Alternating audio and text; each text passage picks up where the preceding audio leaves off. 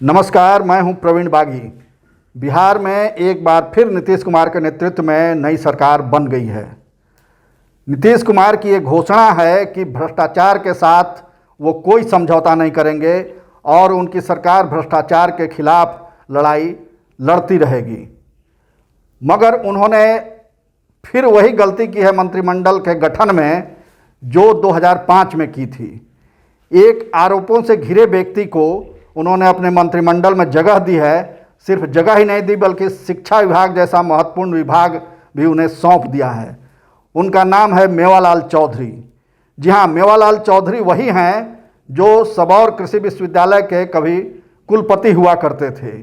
नियुक्तियों में और भवन निर्माण के मामले में इन पर गंभीर अनियमितता बरतने का और घोटाले का आरोप है। ये घटना 2012 से लेकर के 17 के बीच की है और इसी आरोप में ये निलंबित भी हुए थे पार्टी से, मगर फिर बिना आरोप मुक्त हुए पार्टी ने इन्हें वापस लिया, टिकट दिया और मंत्री भी बना दिया। यानी नीतीश कुमार की उन पर असीम कृपा है। इस कृपा की वजह क्या है ये हम नहीं जानते, ये आपको समझना है और सरकार में शामिल अन्य मंत्रियों को समझना है, उनके सहयोगियों को समझना है कि आखिर ऐसा क्या हुआ कि जिसे भ्रष्टाचार के आरोप में पार्टी ने हटाया था उसे फिर वापस लेकर के मंत्री पद से नवाज दिया है। उस समय महागठबंधन की सरकार थी जब ये मामला है और सुशील मोदी विपक्ष में हुआ करते थे। सुशील मोदी ने आवेदन दिया गवर्नर को, जो विश्वविद्यालयों के कुलाधिपति भी होते हैं। उस समय रामनाथ कोविंद जी गवर्नर थे यहाँ के, जो अभी राष्ट्रपति हैं। इन्होंने मामले की गंभीरता को देखते हुए रिटायर्ड जस्टिस महफूज आलम से इसकी जांच कराई। आलम साहब ने 63 पेज का रिपोर्ट दिया जिसमें भ्रष्टाचार का दोषी बताया गया था मेवालाल चौधरी जी को कुलपति के रूप में।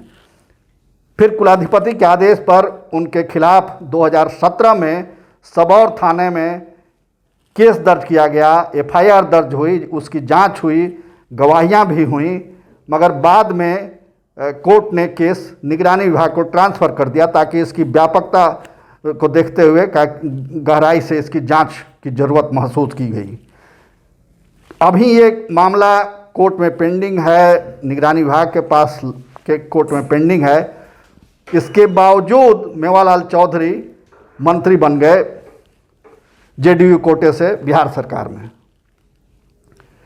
हमारे साथ इस पर बात करने के लिए दो खास मेहमान मौजूद हैं। मेरी दाहिनी तरफ हैं रवि उपाध्याय, वरिष्ठ पत्रकार हैं। मेरी बाईं तरफ हैं संजीव कुमार, ये भी वरिष्ठ पत्रकार हैं। दोनों राजनीतिक गतिविधियों पर लगातार नज़र रखते हैं और टिप्पणी करते हैं, टिप्पणीकार भी हैं। तो सबसे पहले हम रवि उपाध्याय से जानेंगे कि आखिर ऐसा क्या हुआ कि नीतीश कुमार जो ये कहते हैं कि करप्शन से कोई समझौता नहीं होगा, उन्हें ये समझौता करना पड़ा। देखिए, नीतीश कुमार का जो टीआरपी है वह यही रहता है कि हम जो है सो माने स्वच्छ सुशासन के नाम से जाने जाते हैं कि नीतीश कुमार इसके माने परिचायक हैं कि माने वो करप्शन को तो बर्दाश्त, जीरो टॉलरेंस उनका यही है। तो वो और कहते भी हैं और कि CCC से उनका कभी समझौता नहीं हो सकता है। CCC का मतलब है क्राइम, करप्शन और कम्युनलिज्म। ये तीन से वो समझौता कभी नहीं कर सकते हैं। लेकिन अभी जो वर्तमान कंटेक्स्ट में अगर हम बात करें, मेवालाल चौधरी को जिस तरह से 15 नीतीश कुमार को लेकर के 15 मंत्री बने हैं, उसमें मेवालाल चौधरी जो कुशवाहा समाज से आते हैं उनको वो जातीय समीकरण साधने की कोशिश की गई है। तो फिर वो कैसे उस तरह के उस तरह से जिन पर आरोप लगा है भ्रष्टाचार का, और वो यहाँ के गवर्नर कुलाधिपति जो थे रामनाथ कोविंद जी के निर्देश पर वो डायरेक्शन पर जांच हुआ। उस समय रिटायर्ड जस्टिस ने जांच किया, वो मामला निकल के आया। उसके बाद सबौर थाना भागलपुर में वो केस दर्ज हुआ, निगरानी में जांच चल रही है। ठीक है, वो मामला अभी लंबित है, लेकिन कैसे बना दिया गया यह अपने आप में एक बहुत बड़ा सवाल है और तमाम पढ़े लिखे हुए बुद्धिजीवी वर्ग अचंभित है नीतीश कुमार के इस निर्णय से। और लोग सवाल कर रहे हैं कि कैसे मेवालाल चौधरी जैसे व्यक्ति को बना दिया गया। शिक्षा विभाग जैसा महत्वपूर्ण विभाग, ये गंभीर बात है। और उन पर नहीं, बागी साहब, उसमें एक मामला और है कि शिक्षा विभाग के ही जुड़े मामले में घोटाले में उनका नाम उजागर हुआ था और फिर उनको शिक्षा विभाग जैसा महत्वपूर्ण महकमा दे दिया गया, जिसमें कि शिक्षा विभाग तो अपने आप में एक माने हमेशा जो सो चर्चा में रहता है। तो फिर वैसे दे दिया गया, तो ये सवाल बहुत बड़ा सवाल है, क्यों दिया गया और नीतीश कुमार ने कैसे ये उनको दिया मेवालाल चौधरी को। संजीव, आपको कुछ समझ में आता है क्या वजह है, क्या मजबूरी रही होगी नीतीश कुमार के सामने कि उन्होंने ऐसा किया?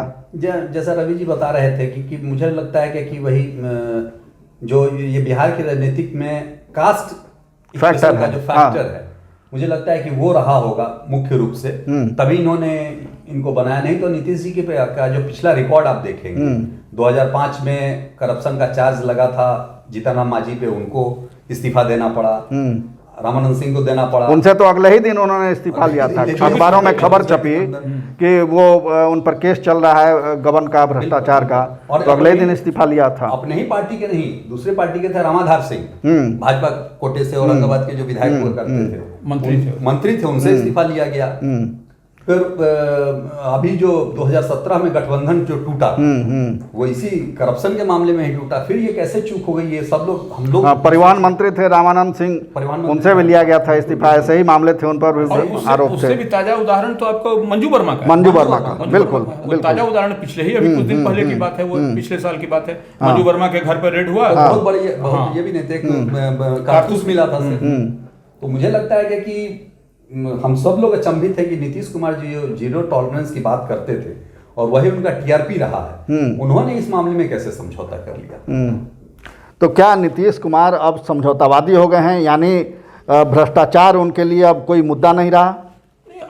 अब देखिए, नीतीश कुमार इस बार का जो मैंडेट मिला है, उस मैंडेट से लगता है कि नीतीश कुमार कहीं ना कहीं वो नीतीश कुमार पिछले दौर वाले नीतीश कुमार नहीं रहे। ये जब छोटे भाई की भूमिका में आ गए और माने तीसरे नंबर की जदयू पार्टी हो गई, तो वो लगता है कहीं ना कहीं नीतीश कुमार जो है सो वर्तमान समय में बिहार में वह उनका कद अभी छोटा हुआ नजर आ रहा है। ठीक है, वो राष्ट्रीय अध्यक्ष हैं, मुख्यमंत्री हैं, सब हैं, बड़े भाई की भूमिका में उनको लोग मान भी रहा है राष्ट्रीय जनतांत्रिक गठबंधन में, बावजूद इसके वह नीतीश कुमार नहीं है। नहीं तो नीतीश कुमार अगर पुराने नीतीश कुमार रहते तो कभी भी समझौता नहीं करते। अब देखिए, एक आपको और भी हम एक नाम, जो मनोरमा देवी एक हैं, वो गया वाली, तो वो सृजन से जिनको अभी मिला नहीं, उससे पहले एमएलसी भी है, एमएलसी थी, तो वो उनके घर पर रेड हुआ, शराबबंदी का एक ढक्कन मिला, और वो जबकि वो लेडीज हैं, कुछ नहीं, उनके बाद भी उनकी अरेस्टिंग हुई, उसके बाद भी सब कुछ हुआ। तो यह वो नीतीश कुमार का था मैंने। लेकिन अब नीतीश कुमार को देख लीजिए, क्या नीतीश कुमार कर रहे हैं, ये तो सबसे बड़ी बात है। और देखिए, जो नीतीश कुमार को आप कुछ दिन पहले महागठबंधन की सरकार थी, जो अभी कह रहे थे कि वो उसमें क्या हुआ, थोड़े से बात के लिए खाली ईडी का सम्मन आया तेजस्वी के पास, तो उस मामले को इतना बड़ा तिल से ताड़ कर दिया गया, और कि पब्लिक डोमेन में बोलिए, सरकार को उस पर देना होगा, सफाई दीजिए क्या, और उसके बाद सरकार गठबंधन तोड़ दिया उन्होंने, गठबंधन ही तोड़ दिया। सरकार देखिए, यानी अपनी इमेज उस ऊंचाई तक के ले गए थे कि भ्रष्टाचार एकदम बर्दाश्त नहीं था। मगर अब एक भ्रष्टाचार के गंभीर मामले में आरोपी, जिन पर मामला लंबित है, उनको मंत्री बना दिया था। क्या सत्ता के लिए किया गया ये समझौता है संजीव? नहीं, मुझे लगता है कि नीतीश कुमार का जो नेचर रहा है, वो कहते भी लोग कि नेचर और सिग्नेचर कहीं बदलता नहीं, तो मुझे लगता है कि या तो संज्ञान में नहीं आया होगा या क्या कंपल्सन हो गई। अचंभित वाली बात तो यही है, आखिर नीतीश कुमार इसको कैसे बर्दाश्त कर रहे हैं। कोई दूसरा रहता तो मान सकते थे, लेकिन नीतीश कुमार की एक छवि रही है कि वो सत्ता के लिए कभी समझौता नहीं करते। तो ऐसे में उन्होंने कैसे समझौता कर लिया, यही तो अचंभे वाली बात है। हम सब लोग हतप्रभ हैं कि आखिर नीतीश कुमार जैसा व्यक्ति, जो कभी भी कहा जाता है कि सत्ता के लिए उन्होंने कभी समझौता नहीं किया, गठबंधन तोड़ा, या फिर जब लालू जी के समय में देखा कि थोड़ा भ्रष्टाचार का मामला है, तो उस समय वो सत्ता छोड़ करके 93 में जनता दल से अलग हो गए थे और समता पार्टी बनाई, और क्या क्या संघर्ष किया, बिल्कुल छोटा घटक था उस समय, और आज इतने बड़े मुकाम पे पहुंचे। फिर भी आज नीतीश कुमार को क्या हो गया, यही हम लोग सोच रहे हैं कि आखिर नीतीश कुमार ने कैसे। मगर नीतीश कुमार ठीक है, नीतीश कुमार भूल गए होंगे, समझौता कर लिए, कोई मजबूरी रही होगी जो हम लोग नहीं जानते हैं। मगर सुशील मोदी भी क्यों चुप हैं? वो तो विसिल ब्लोअर के रूप में जाने जाते हैं, और उन्हीं के आवेदन पर ये सारा मामला हुआ और जांच हुई और केस हुआ, वो भी खामोश हैं।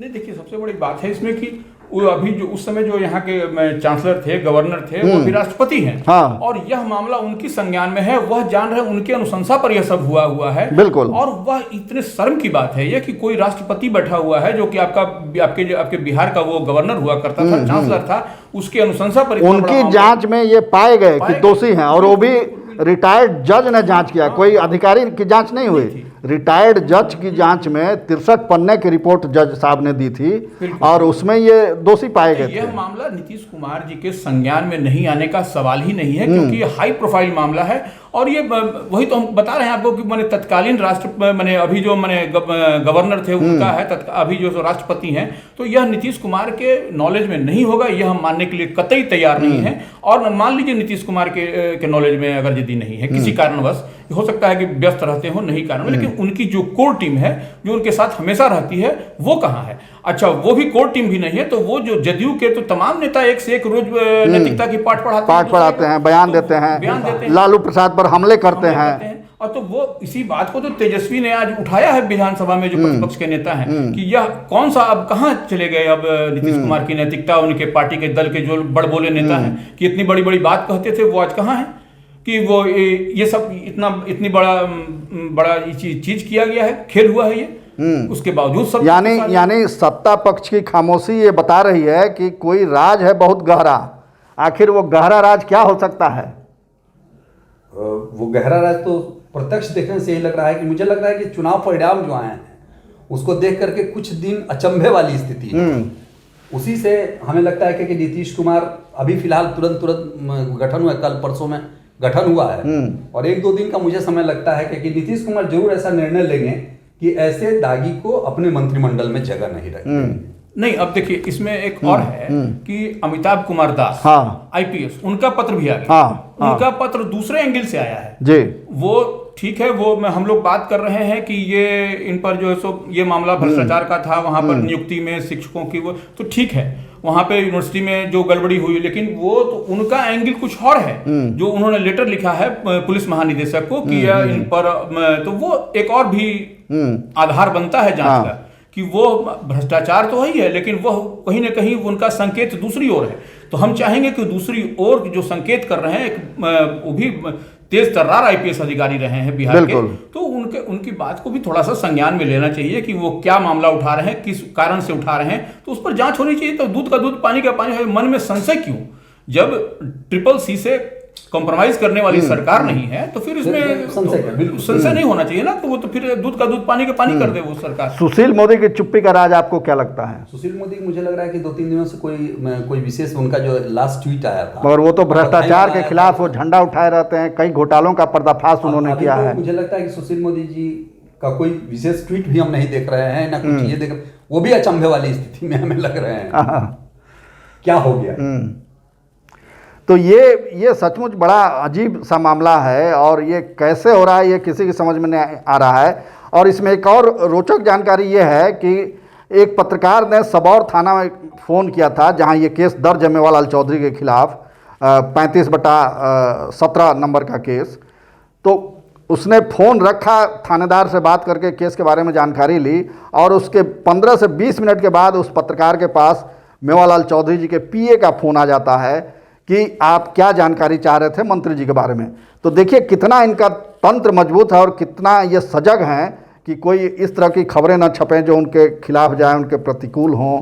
तो इमेज अपनी बनाए रखने के लिए ये काफ़ी सजग हैं। और दूसरी एक महत्वपूर्ण जानकारी ये भी है कि प्रदेश अध्यक्ष जो हैं जनता दल यूनाइटेड के वशिष्ठ नारायण सिंह जी, उन्होंने मेवालाल चौधरी को बुलाया था आज, और करीब आधे घंटे तक बंद कमरे में बातचीत की। क्या बात हुई पता नहीं, मगर ये ज़रूर हम लोग अनुमान लगा सकते हैं कि इसी केस के संबंध में बातें हुई होंगी, और हो सकता है कि मेवालाल चौधरी इस्तीफा दे दें। रवि, आपको क्या लगता है? देखिए, निश्चित तौर पर अगर आप जैसा बता रहे हैं कि वशिष्ठ बाबू से उनकी बात हुई है, तो वशिष्ठ बाबू निश्चित तौर पर अभी नए नए मंत्री बने हैं, तो अभी वो और कुछ तो बता नहीं सकेंगे। तो निश्चित तौर पर यह जो मामला अभी गरमाया हुआ है, इसको देखते हुए ही उन्होंने बुलाया होगा और बातचीत इस पर हुई होगी। और निश्चित वो एक गंभीर मामला है ये, नीतीश कुमार के का जो चेहरा है उस पर ऐसा माने कोई बर्दाश्त नहीं कर सकता है, थोड़ा सा भी नीतीश कुमार स्वयं नहीं बर्दाश्त कर सकते हैं। और ये कैसे बर्दाश्त कर रहे हैं, ये तो अपने आप में अजूबा चीज, अजूबा है। ये कहीं इस्तीफे की तैयारी तो नहीं है वशिष्ठ नारायण सिंह का बुलावा?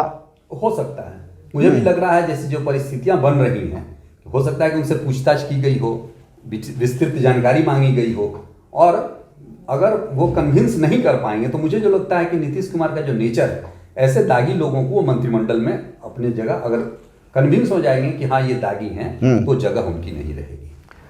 यानी सब लोग आश्चर्य में हैं कि ये क्या हो गया, नीतीश कुमार को क्या हो गया। मिस्टर क्लीन की इमेज वाले नीतीश कुमार को अब ये धब्बे अच्छे कैसे लगने लगे हैं। हम भी जानना चाहते हैं, इस प्रदेश की जनता भी जानना चाहती है, और उनकी पार्टी के लोग भी हमको लगता है कि ज़रूर जानना चाहते होंगे कि आखिर वो कौन सा राज है जिसके वजह से नीतीश कुमार को इतना मजबूर होना पड़ा। हमारी बातचीत यहीं समाप्त होती है। आप दोनों का बहुत बहुत धन्यवाद। नमस्कार।